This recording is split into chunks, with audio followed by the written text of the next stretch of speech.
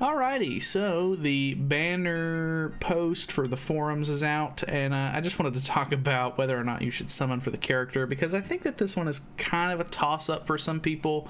I think a lot of people are going to end up skipping this one, which is kind of a bad thing, but at the same time, like, I completely get it, because obviously the more people that summon for this character, the better off it'll be for like finding other people with the character. But obviously that's not on you to fill that role if you don't have the diamonds for it, or you don't want the character, or you just, you know, would rather save, because there has been leaks that apparently the next character coming out is supposed to be Assault Mode Estarossa, and obviously that character is insanely more hype than this character is.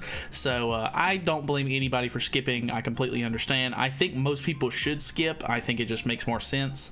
The character is nice to have. I think it's kind of like one of those characters like Red Danafor Liz, where she's good for the activity that she is sort of built for, but not necessary. Like, you can definitely like do it without her. I think at the moment, you know, if you don't know, she's a deathmatch only character. So the basic concept here is that her passive increases allies' skill ranks at the start of the allies' turn. If the allies in deathmatch are all from different races, increases their basic stats by 30% and applies debuff immunity for 3 turns. So basically this gets rid of the need to use Arthur.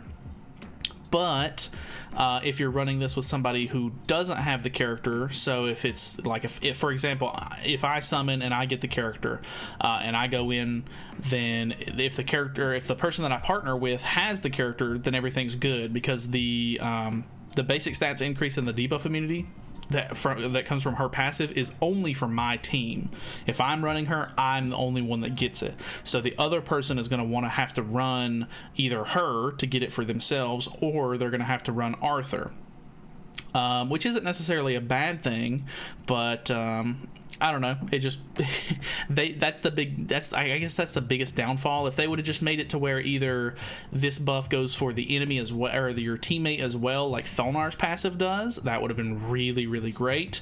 Or if they would have just slimmed down the banner. I don't understand why they made this a 600 mileage banner for a character that's literally only usable in deathmatch, and even then, you're basically only going to be able to use the character in 2 of the 5 death matches that we have now, because she's a red character. So in hell difficulty you can only use type advantage, which means that you can only run in, you know, Howlix, which doesn't really need help at this point. There's the characters that we have in the game are so insane compared to what they used to be, that Howlix is just a complete pushover nowadays, so you don't even really need her for that.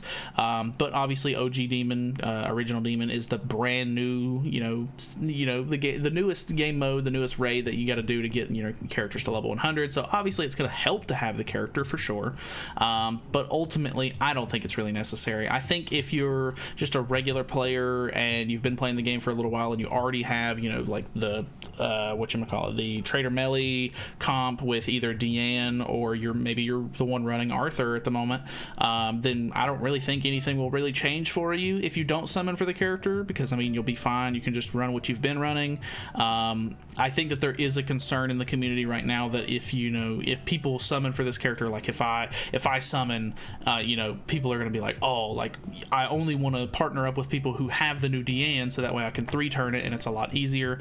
I can see that being probably a little bit of an issue. I'm sure some people only want to do it as fast as they possibly can, but even then, if you think about it logically, they're going to be wasting a lot more time trying to find people who have the character, compared to just going ahead and running it and getting it over with somebody who doesn't have the character. So I think people understand how the game mode works at this point pretty well, so I think that the character will help. I don't think that she's necessary. I'm going to be summoning for her to get 1 copy of her.